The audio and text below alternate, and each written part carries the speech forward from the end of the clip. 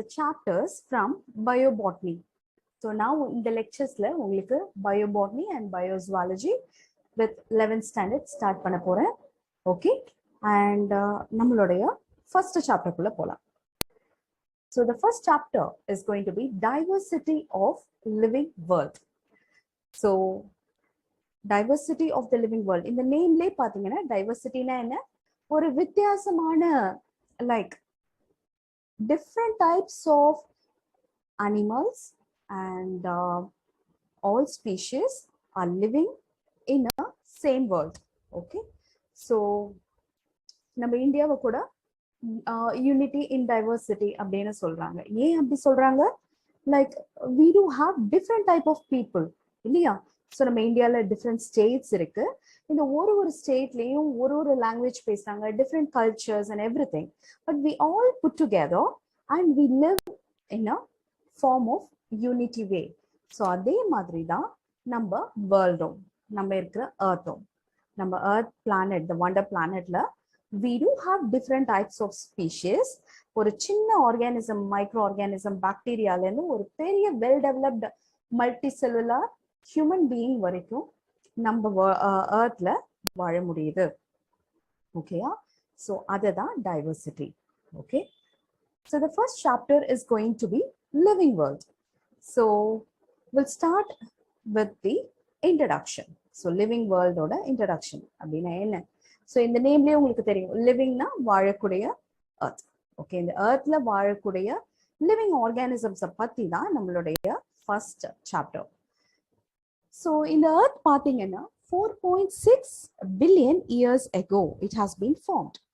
So இத்தனை வருஷங்களுக்கு முன்னாடி இது வந்து எர்த் வந்து ஃபார்ம் ஆயிருக்கு. எஸ், ஸோ மோரா அப்படிங்கிறவங்க they made an estimation by 2011. So அவங்க என்ன பண்ணாங்க அப்படின்னா, அவங்க ரிசர்ச் பண்ணி எஸ்டிமேட் பண்ணாங்க இது வரைக்கும் நம்ம வேர்ல்டுல எவ்வளோ ஸ்பீஷஸ் இருக்கலாம் அப்படின்ட்டு. ஓகே, ஸோ அப்படி எஸ்டிமேட் பண்ணும்போது they came to a conclusion that 8.7 million species are there. Okay, by 2011 they made an estimation and still இப்போ பாத்தீங்கன்னா ஸ்டில் இன்னமும் அந்த ஸ்பீஷஸ் வந்து புதுசா கண்டுபிடிக்கிறது எல்லாம் அதுல ஆட் ஆயிட்டே தான் இருக்கும். Okay, so next, as I said before, the earth is a wonder planet. ஏன்னா இந்த எர்த்ல தான் லேண்ட் ஃபார்ம்ஸும் லைஃப் ஃபார்ம்ஸும் சேர்ந்து it makes the planet very very unique. Okay, and நீங்க படிக்கக்கூடிய சில டெஃபினிஷன்ஸ் வந்து நான் இங்க கொடுத்துருக்கேன் உங்க சாப்டர்ல இருக்கிற introduction. So those definitions are biology. Biology na enna? The science of life forms and living processes. So biology nale ஒரு லைஃப் இருக்கிற சப்ஜெக்ட பத்தி படிக்கிறது. அது என்ன வேணா இருக்கலாம், like any organism for that matter. So அதுல இருக்கிற லைஃப் அண்ட் அதனுடைய ப்ராசஸ். ஸோ அதுக்கு ப்ராசஸ் இன் த சென்ஸ் அது எப்படி உயிர் வாழுது. ஸோ உயிர் வாழறதுக்கான என்னென்ன ப்ராசஸ் இருக்கோ, ஆல் த லைஃப் ப்ராசஸ் நீங்க 10th படிச்சிருப்பீங்க இல்லையா, life processes like respiratory system and circulatory system, nervous system, excretory system, இந்த மாதிரி ஒரு சிஸ்டம்ஸ் படிச்சிருப்பீங்க இல்லையா. இது எல்லாமே நம்மளுடைய லைஃப் ப்ராசஸஸ் தான். இதை பத்தி படிக்கக்கூடிய சப்ஜெக்ட் தான் biology, right? And the next definition is biosphere. Diverse living organisms exist within a complex structure.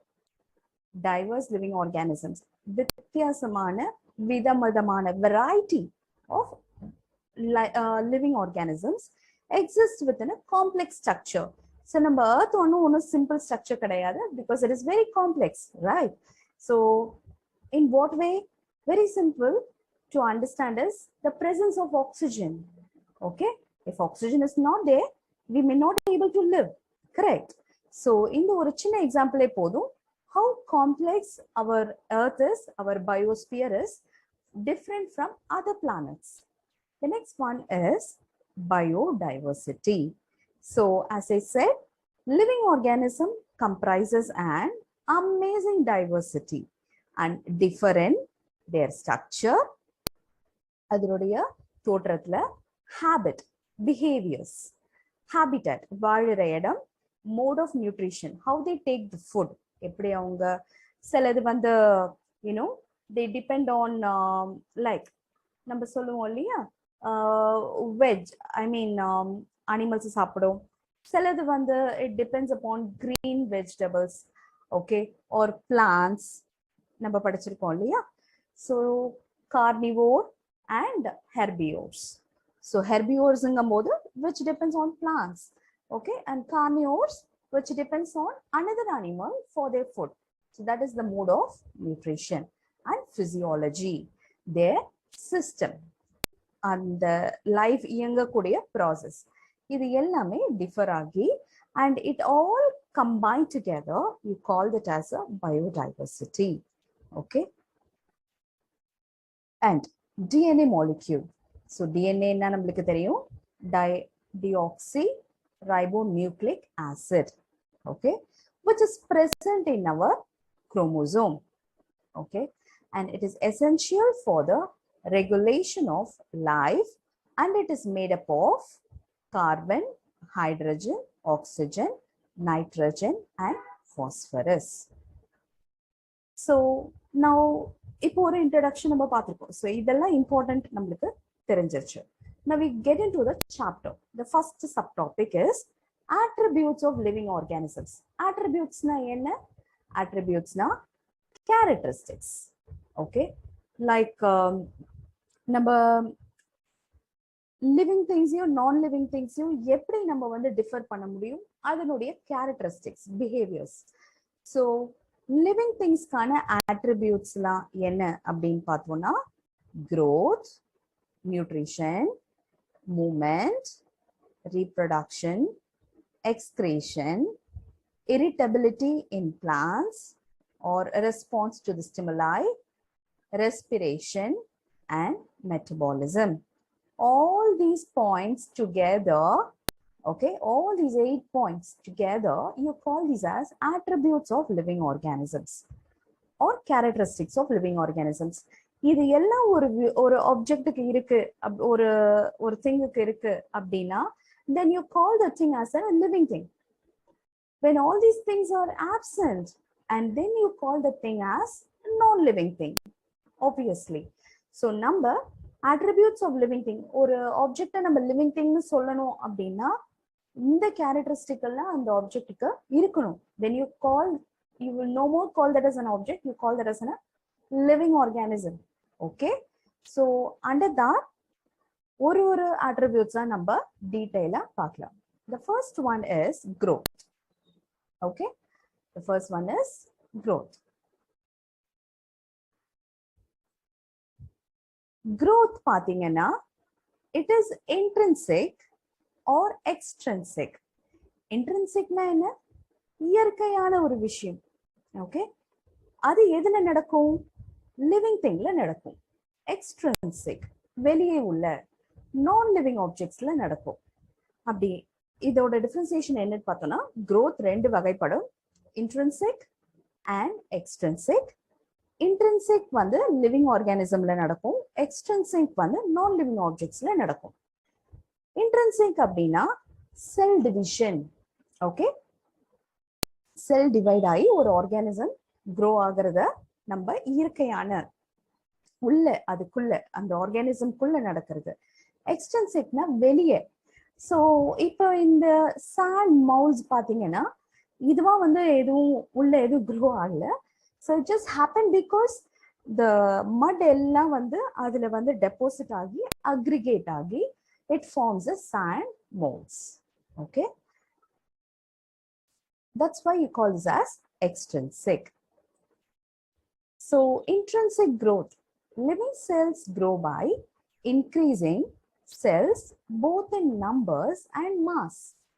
So ஒரு cell grow ஆகணும்னா either அது வந்து நம்பர்ஸ்ல மல்டிப்ளை ஆகும் and அதனுடைய மாஸ் எப்படி இன்க்ரீஸ் ஆகும், by increasing the protoplasm, okay, increasing the protoplasm.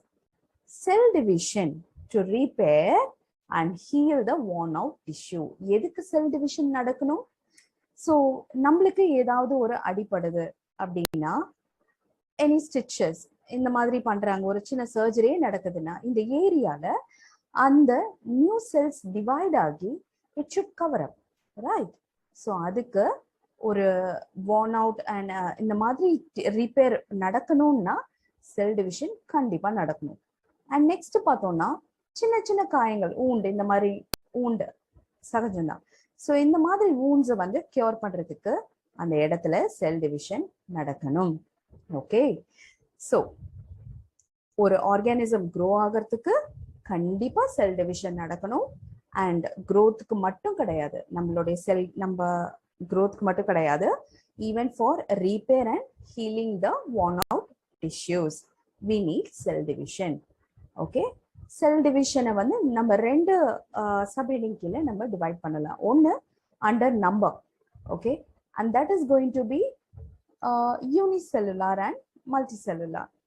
So unicellular na, you know, it is a single celled organism, and multicellular is many cells, the organism which is made up of many cells.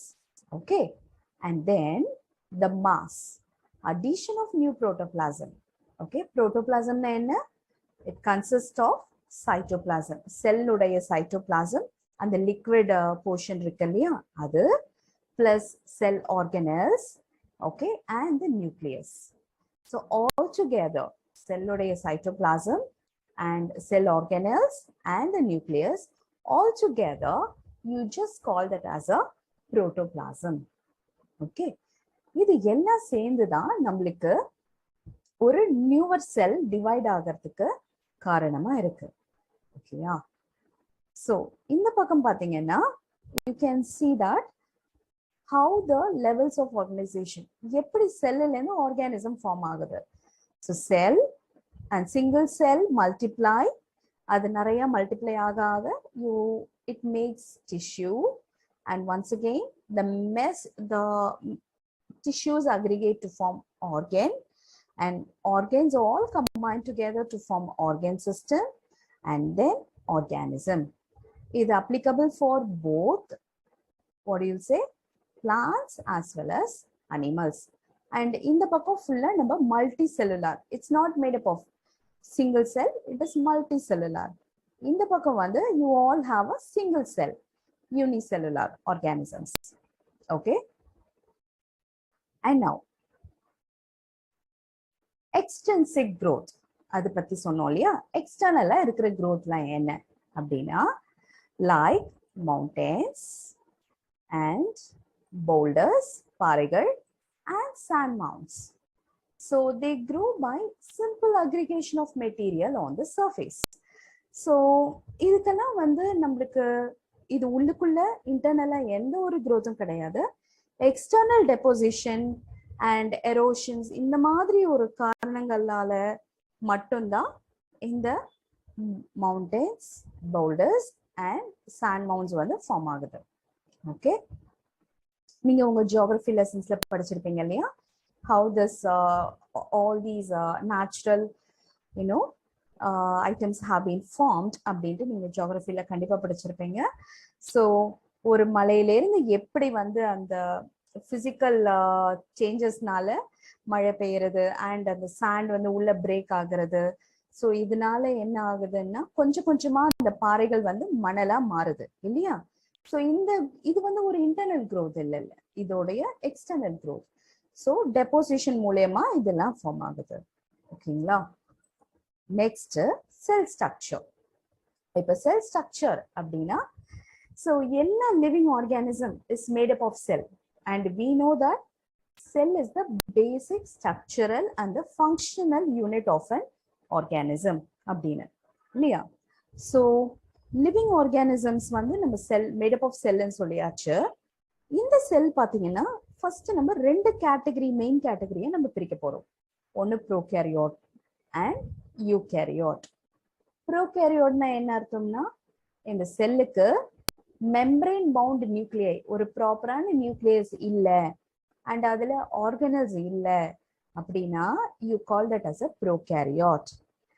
அந்த செல்லுக்கு ஒழுங்கா டெஃபினைட்டா டிஃபைன்டா ஒரு nucleus இருக்கு, membrane bound organelles எல்லாம் ப்ராப்பரா இருக்கு. Membrane bound ஆர்கனல்ஸ்னா எதை சொல்றாங்க?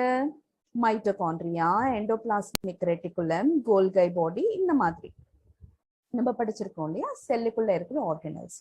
ரைட். ஸோ நவ் ப்ரோகாரியோட்ஸ் கீழே you have only unicellular. Uni means single, ஒன்னே ஒன்று, unicellular organisms. ஆனா யூகேரியோட் கீழே நம்மளுக்கு யூனிசெல்லுலாரும் வரும், மல்டிசெல்லுலாரும் வரும். which means ப்ரோகாரியோட்ஸ் எல்லாமே யூனிசெல்லுலார் அண்ட் யூகேரியோட்ஸ்ல வந்து நம்மளுக்கு சிங்கிள் செல்ட் ஆர்கானிசமும் இருக்கும், மல்டி செல்ட் ஆர்கானிசமும் நம்மளுக்கு இருக்கும். and let's see some examples. Okay, this is the example for your prokaryote and unicellular. Bacteria and cyanobacteria. Okay, bacteria, yes, இங்க பாத்தீங்கன்னா இதனுடைய நியூக்ளியஸ்னு அப்படி இல்லை, ஒரு டிஃபைன்டா கிடையாது, just you have nucleoid. Okay, so இப்படிதான் இருக்கும். இங்கேயும் பாத்தீங்கன்னா சைனோபாக்டீரியாவுக்கு யூ ஹாவ் நியூக்ளியாய்டு. ஓகே, ஆனா யூகேரியோட் வந்து அப்படியே கம்ப்ளீட் டிஃப்ரெண்டா இருக்கும். Okay, and one more important thing at this point நான் சொல்லணும் என்னன்னா, சைனோபாக்டீரியா. சைனோபாக்டீரியாங்கிறதுக்கு another name is blue green algae. You call it as a blue green algae. So we know that உடனே நம்மளுக்கு ஒரு கன்ஃபியூஷன் வரும், அப்ப ஆல்கே அப்படின்னா அது வந்து யூகேரியோட்ஸ் தானே? Okay, and how can that be under prokaryotes இல்லையா? அது ஹைலி டெவலப்டு தானே, அது எப்படி வந்து நம்ம ப்ரோகேரியோட்ல வர முடியும் அப்படின்னா, except cyanobacteria, okay, your blue green algae, all other will come under eukaryotes. இந்த cyanobacteria ஓட specific என்ன அப்படின்னு பார்த்தோம்னா, இதால it could fix nitrogen and that is not possible in regular algae. Okay, right. The next comes your eukaryotes. So இதெல்லாம் பாத்தீங்கன்னா single celled eukaryotes. These are all single celled. இதுக்கெல்லாம் வந்து டிஃபைன்டு நியூக்ளியஸ் இருக்கும். Nucleus அங்க பார்த்த மாதிரி இருக்காது, it has a defined nucleus. Okay, and it also has membrane bound organelles inside this, amoeba, paramecium, euglena. Okay, and the next one would be the multicellular eukaryotes. That is going to be your human beings. And நம்ம ப்ரீவியஸா நம்ம பார்த்தோம் இல்லையா, like you had that plants and other animals also come under multicellular eukaryotes. All right, thank you. Number next session la vanda we'll start with reproduction and response to stimuli. Thank you. And உங்களுக்கு இந்த video இன்ஃபர்மேட்டிவா இருக்கு பிடிச்சிருந்ததுன்னா like, share and subscribe. And I'm here to give more and more informative videos for you. Thank you.